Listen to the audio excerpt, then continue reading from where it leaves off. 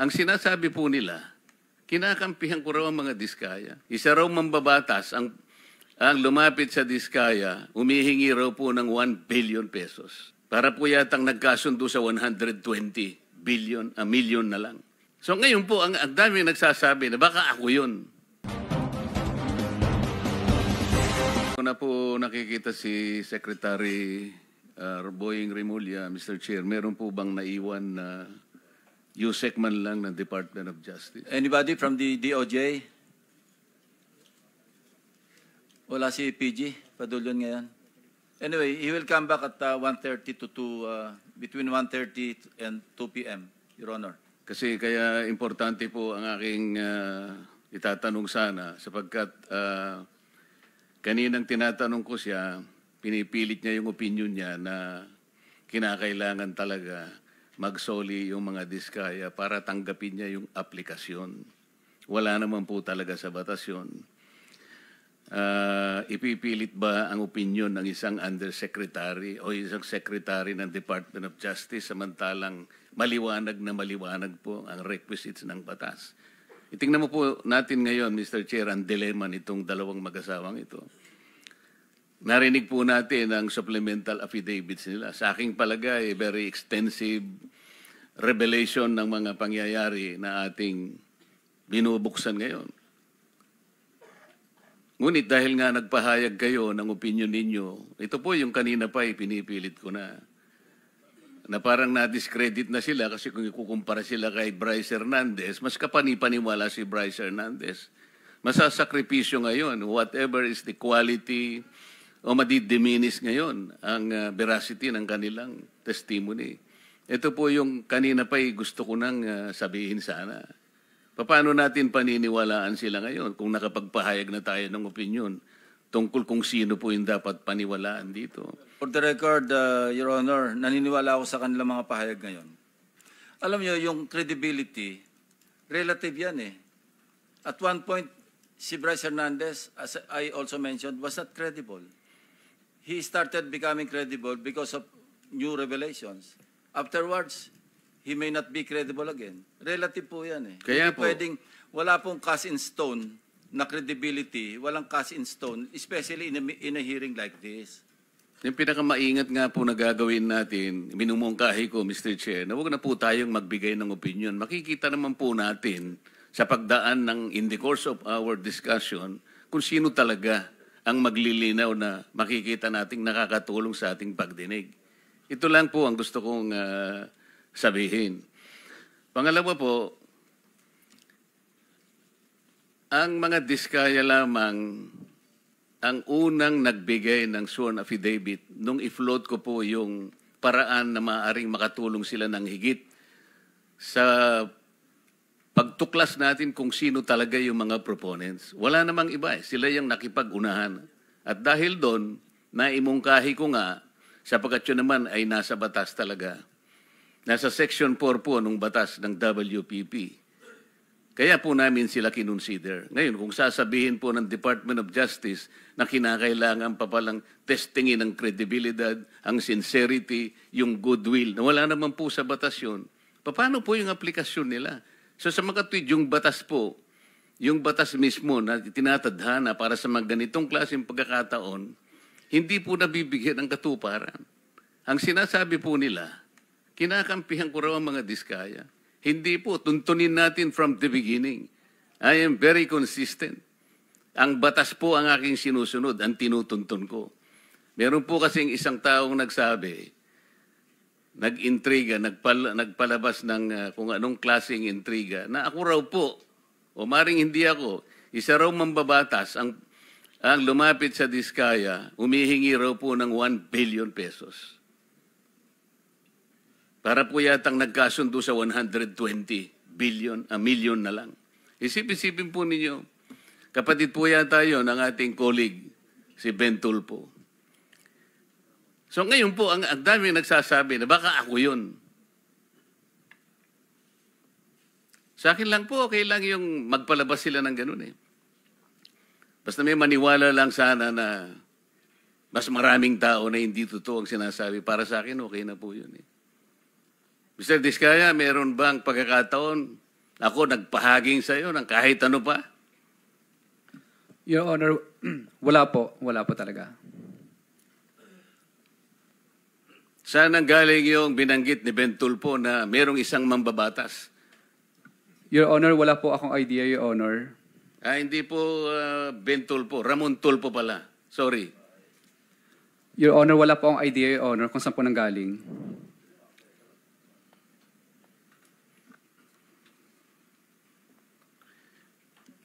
Balik po tayo dun sa sistema na gusto kong maging daan para maayos natin sa pamagitan po ng pagdinig na ito. Secretary Bunuan o kaya si Yusek Kati, kung sino man po ang pwedeng sumagot sa inyo. Natukoy na po natin kanina yung taba ng budget na halos 1 trillion pesos ay talagang naidagdag sa budget na hindi naman kailangan. At ngayon po, ito yung ating pinagtatalunan. Sino po bang may kagagawan kung bakit lumubo ng ganito ng budget na hindi naman natin kailangan? Halimbawa po, yung mga party list, Yusek Kati or Sec Bunuan, meron kayong Code 160. Magkano po ba yung binibigay nyo sa mga congressmen na party list? Magkano po ba yung nakatoka para sa kanila? Your Honor, I think we are allocating 160 billion per party list. 160 million, Your Honor. Sa party list po yun? Sa party list, Your Honor. Yung regular po na congressman? The regular congressman, the allocation is based on a formula that we have already agreed. Average po. Well, Kasi 300-something congressmen. Tama bang i-assume na mag-average sila ng 1 billion bawat isa? 1 billion, Your Honor. Sorry. Opo. On the average, Your Honor, maybe. Kaya nga po. So, tingnan niyo po niyo yung lopsided. Tingnan po niyo yung pagkakaya. Pag party list ka, masaya ka na po sa 150. Nagsimula pa po yun, 130. Totoo yes. Po yan. Kasi po matagal akong nag-party list eh. Kaya po pag sinabi ng speaker sa amin, ang para sa inyo, ganito, magsimula na kayong maglista. Nationwide po ang constituency ng party list. Kaya po, magsimula. Saan mo dadalhin yung 150 million buong Pilipinas? Kaya po, merong isang barangay, sasabihin ko sa kanila, pwede bang 500,000 na lang muna kayo? Kasi paghahatian po ninyo ito. Sasabihin sa amin ng ibang mga barangay kapitan, sa kubeta lang po, hindi na po kakasa ito. Kawawang-kawawa po ang party list. Regular, 1 billion. Samantalang ang distrito po niya, lalong-lalo na po kung Batanes. Ilang tao lang ba ang Batanes? Yung Butante yata ron, 9,000 lang ang Butante. Pero meron siyang 1 billion. Ang party list, nationwide ang constituency, masaya ka na sa 150. Ito yung sistema pong mali. Hindi ko malaman paano po rin yung ina-allocate. Yung allocation po ang problema rito. Yung pong code na 143, USEC, para saan po yun? Magkano po ang nakatoka ron? Pwede pong i-clarify, ano po yung 143? Yung pong mga insertions, magkano po yun? Kanina po, pinag-usapan natin. Sa Congress, magkano po yun? Sa House of Representatives.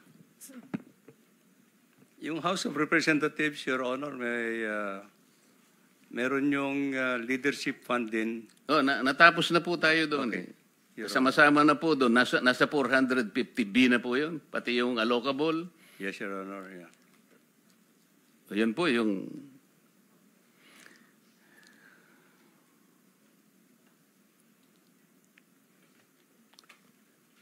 Mr. Bryce Hernandez, para naman hindi naman ako masiro, gusto rin kitang tanungin. Kahit sinabi ng chairman nung isang nakaraang pagdinig na na-exasperate na sa'yo, sinabi sa'yo, incredible ka talaga. Kasi hirap mo talagang paniwalaan. Pwede mo bang bigyan kami ng estimate sa flood control projects lang, 2023 to 2025, magkano yung value ng lahat ng flood control projects sa Bulacan? Sa distrito mo lang, yung first engineering district.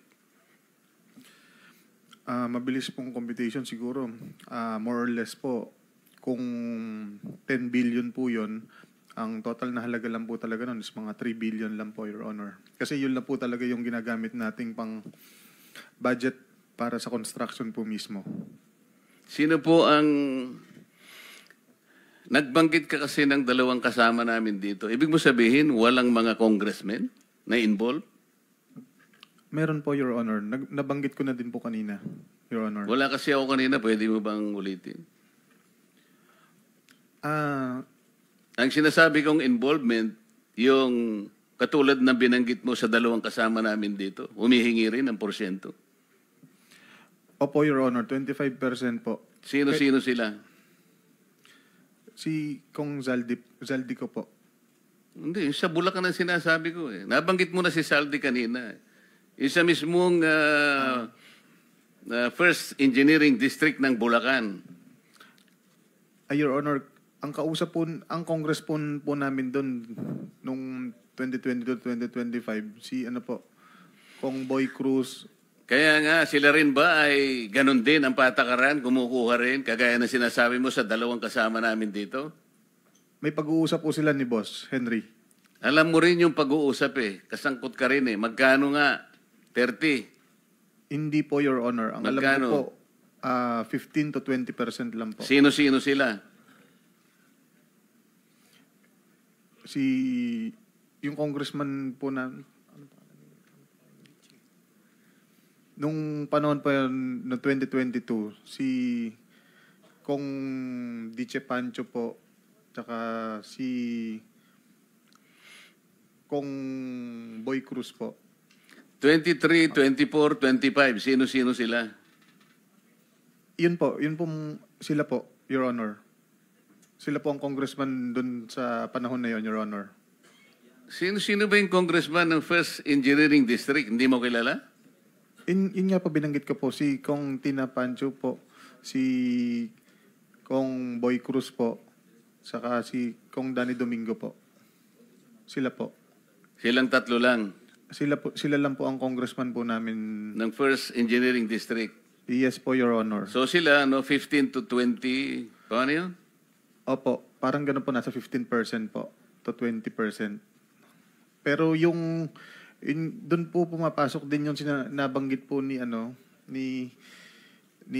Congressman Toby Chanco na meron pong yung mga bumababa po sa lugar nila na wala silang idea, basta bumababa na lang po, doon po yung meron pong parking. So si Congressman Saldico, ilan naman ang sa kanya? Nasa 25% po, Your Honor. 25% ng how much? Kung magbaba po siya Kanina ng... sabi mo, 3 billion, di ba? Opo, kung magbaba po siya ng 1 billion, that's 250 million po, Your Honor. Sinabi mo na kanina, yung total sa First Engineering District, 2 billion pesos. 3 billion pesos, kamo. Example lang po yun, Your Honor, na yun lang po yung magagastos sa actual construction po, Your Honor. For example, na 10 billion po. Pero ang magagastos, Ang magagastos lang po talaga sa actual na pagpapagawa ng proyekto is kung 10 billion po yung budget, nasa 3 billion lang po. I think matitira 7 billion. Yun po doon po pumapasok yung mga iba-ibang gastos, Your Honor. Kasama na po yung proponent. Ilan nga yung gastos para sa proponent? Yun ang malaki. Opo, Your Honor. Ilan sa 7 billion ang para sa proponents? Yun po, 25 to 30% po. Magkano nga yun? 2.5 to 3 billion po, Your Honor. 2.5 to 3 billion? Yes po, Your Honor. Opo. Of 7 billion. Hindi po. 25 to 30% of 7 billion. Kaya nga 3.5, 2.5 to 3.5. Your Honor, hindi po kasi,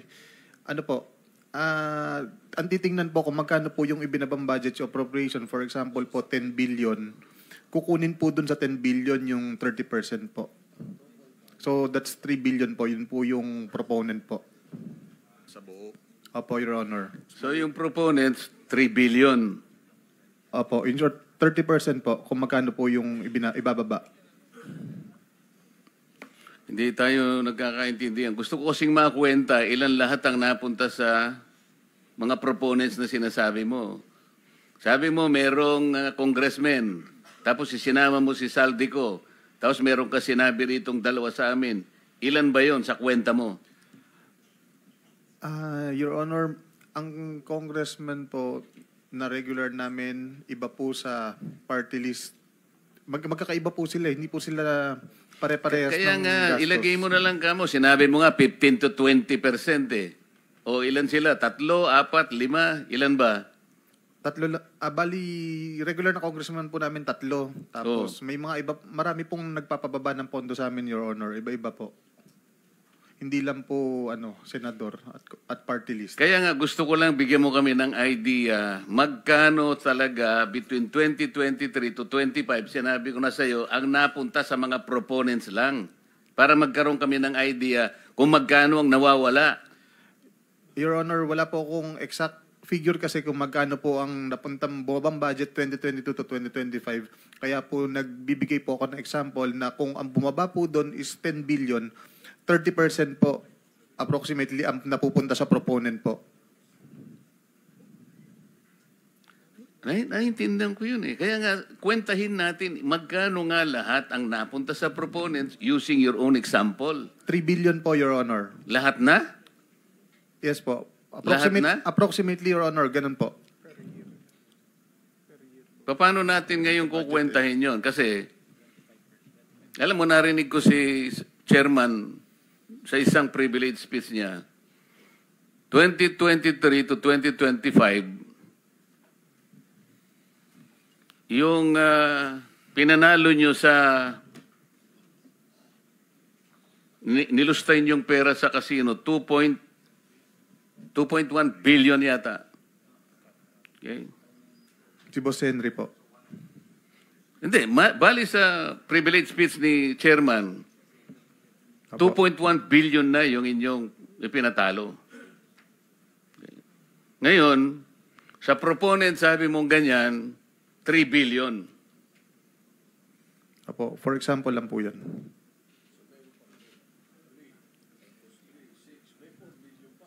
Saan yung 4 billion?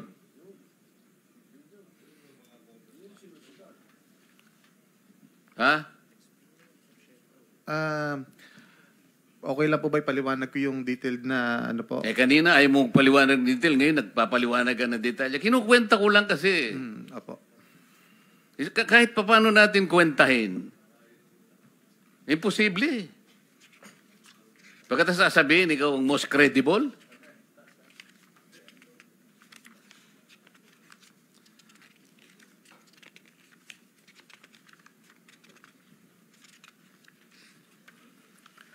Habang nagtitingin siya, Mr. Chair, punta ko sa DBM. Mr. DBM, puntahan natin yung unprogram na yun. Bakit nagpapasubmit kayo sa DPWH ng program? Ba't napupunta? Para saan yun? Sir, di po kami nagpapasubmit. Sila po ang nagsasubmit ng request for chargeable against the unprogrammed appropriations. Sino nagsasubmit? Ang agency, actually, sir, the agency ang nagre-request po. Sino nga ang agency? In this case, for flood control projects, then of course, the DPWH. Kaya Mr. nga, Chair. pero hindi naman, wala naman sa budget nila yun sa DPWH eh. Kayo naman ang nagmamanage nun eh, di ba? Yes, sir. Oh. Sir, a special budget request, of course, is being submitted by DPWH, who is signed by, of course, the Secretary of the DPWH. We have that request, Mr. Chair. Yun na nga eh. Ang sistema nga ang gusto nating korekin eh. Hindi naman mag-a-appear sa budget nila. Bakit sila nagsasubmit sa inyo? Ba't kayo naman tinatanggap nyo? The nature, Pwede naman kasing wala na yung program eh. Ang ibig ko sabihin eh. yeah. The nature po kasi ng unprogrammed fund po is during the submission doon sa sa NEP, wala pa po talagang list of projects. We being the NEP, or rather the unprogrammed appropriations, is Alam na a po standby namin fund. yun. Do not preach to the choir. Okay, sir. Okay? Ang sinasabi po namin dito, yung sistema kasi dapat nating ayusin. Okay. Napakaraming mali. Ito po, napalitaw na natin. 1 trillion ang taba sa budget. Hindi kailangan. Cholesterol. Kasama dyan yung unprogram. Di ba? Yes. So ang tinatanong, pwede namang walang unprogram, di ba? Kasi kasama sa taba eh. Kung katawan ng tao yun, ang pinoproteksyonan natin sa katawan natin yung cholesterol, hindi ba? Sir? Yes, Mr. Chair. Oh. We leave that to the, of course, wisdom of the Congress, Mr. Chair, because the, Hindi of nga, course, the NEP pabayaan is mo being na up. yun. Sinasabi ko nga, hindi naman kailangan talaga eh. Ina-address natin ang mali sa sistema. Kasi, uulitin ko sa iyo, hindi man kailangan, kasi ang DPWH kasi, siguro, ewan ko, sa takot nila siguro, baka mamaya guluhin yung kanilang nailatag, bigyan natin ng kailangan may allocable. Nakisama ulit tayo. Oh, may leadership na naman. Kaya po lumulobo ng lumulobo eh.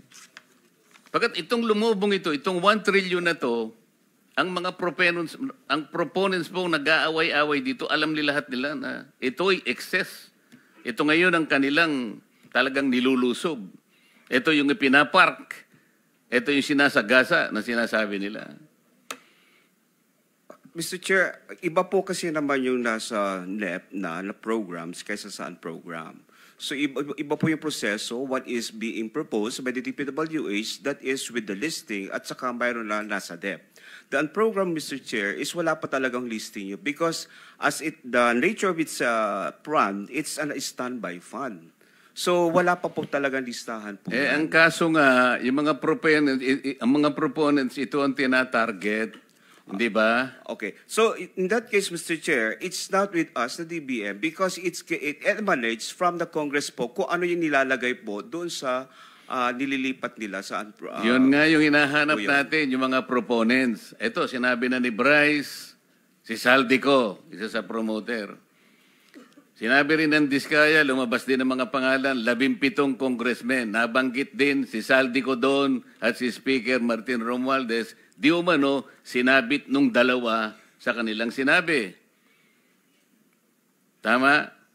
Yes, Mr. Chair. Sa isang araw, pumunta rito si si Representative Toby Chanco, isinegaw niya rin ang pangalan ng Saldico at nag-produce siya ng resibo.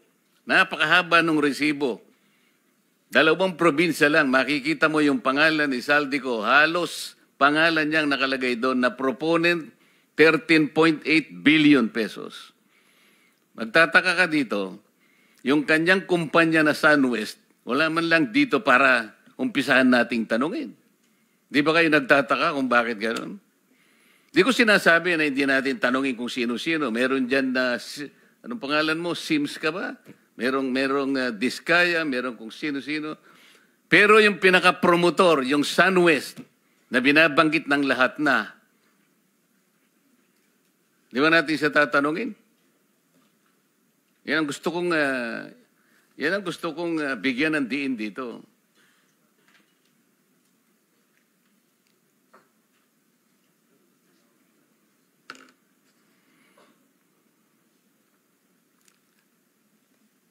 Wala na yata si Mr. Chair. Sino po ba? Ikaw bang, ano ba? Yes. Mr. Chair, tatawagin ba natin si Mr. Chavit Singson sa susunod nating... We will advise that to the chairman. Mr. Chair, kailangan siguro sapagkat siya din ay nagsiwalat. Hindi natin alam kung ano yung nasa likod ng kanyang pagsisiwalat na yun. Pero kailangan natin siguro na pakinggan din yun. Sa makatwid ay inaasahan po natin na sa susunod na pagdinig ay makakasama natin, maimbita natin si Mr. Singson. Mr. Chair. We will advise Senator Marcoleta, the chairman. Yes, Mr. Chair. Ang isa pang, kanina po, ako'y nakikiusap sana, nabigyan ako ng pagkakataon na makapagsiwalat ng saloobin sapagkat nakita ko yung mga iba doon ay prejudicial questions. Kaya nalulungkot ako, biglang nawala yung Justice Secretary. Wala man lang naiwan kahit sino sa kanila. Babalik naman yun, alas 2 ngayong hapon, si Justice Secretary, kinuha lang yung sinumpaang salaysay ni Mr. Alcantara. But they will definitely be back here by 2 o'clock. Sana ay makabalik naman siya. Kasi ang isang isusunod ko sana na isang prejudicial issue bago sana tayo magsimula kanina pa. Nauna po kasi ay biglang nabanggit po yung tinatawag na legislative immunity. Na si Bryce Hernandez nga ay, di ba Bryce, nag-request ka pa nga ng legislative immunity? Opo, Your Honor. At ginrant pa nga eh. Ayoko po sanang banggitin o sansalain ang ating Senate President nung nakaraang pagdinig at ating chairman tungkol sa bagay nito. Sapagkat nung araw na yon, ang pinag-uusapan natin ay yung tungkol sa aplikasyon ng mga diskaya. Ayoko pong mabanggit na naman na parang sila na lang ang dinidepensa ko. Magmula po kanina, consistent thing sinasabi ko, yun lang ang tanging paraan na alam ko sapagkat yun lang ang paraan na nasa batas. At ako pa'y napagkamalan na parang napaghalo ko nga po daw yung legislative immunity at saka yung Witness Protection Program. Sinabi ko po categorically, I know the distinction between these two concepts. Kasi po wala na, ang legislative immunity po ay tinatawag ding parliamentary immunity. Sa akin pong maliit na kaalaman bilang isang abogado, ang parliamentary or legislative immunity applicable lamang po sa mga mambabatas. Kami po, mga senador, mga congressmen. Hindi po applicable sa inyo na mga witnesses. Baka naipagkamali po kasi yung konsepto ng testimonial immunity. Na sa ibang bansa po ginagawa, yung iba. Pero sa ating jurisdiction, maski sa atin pong mga rules, Mr. Chair, wala pong legislative immunity. Yun nga po yung gusto kong ipaalala para hindi po tayo nami-mislead. Kasi kamukha na si Bryce. Naniwala si Bryce eh. Nag-apply. Mr. Chair, you cannot grant something that has not been validly granted. Senator Marcoleta, I think you can raise that opinion or idea later when Senator Soto will be here and the chairman, Senator Lacson. I believe they can properly answer your queries. Thank you. I will do that. And the other issue, I think I will have to bring this in the Senate floor this afternoon, Mr. Chair. I'm a little bit worried about the collaboration that the Blue Ribbon Committee and the ICI is now having without defining the limits, the nature and the extent of the collaboration between the ICI. The ICI is Independent Commission on Infrastructure. I do not know how independent they can be if they are dependent on records, on information, or people that we can produce for them. Ayoko pong mangyari, Mr. Chair, na parang ang Blue Ribbon Committee is the investigative arm of the ICI. Parang hindi po tama eh. We're supposed to be on the lookout. Meron po tayong doctrina on separation of powers. Meron po tayong institutional boundaries. Meron po tayong system of checks and balances. Baka po makompromise ito eh. Kaya po gusto kong i-discuss natin in the Senate Hall, not in this committee, kung paano po ang relasyon. Sapagkat yung pong ICI, binasa ko po yung kanilang powers, parang kailangan, gusto nilang makipag-coordinate sa lahat ng, pwede silang kumuha ng impormasyon sa Korte, sa Senado, sa House of Representatives, sa Sandigan Bayan. Paano silang magiging independent kung lahat na lang ng ay pinupuntahan nila? I want them to be independent as they are. Sana ipatawag din natin sila, Mr. Chair, para magpaliwanag sila. How can you be independent if you are too dependent on several branches of government? I think Thank you, Mr. Chair. Thank you very much. That all the questions or queries you want to have, Senator Marcoleta.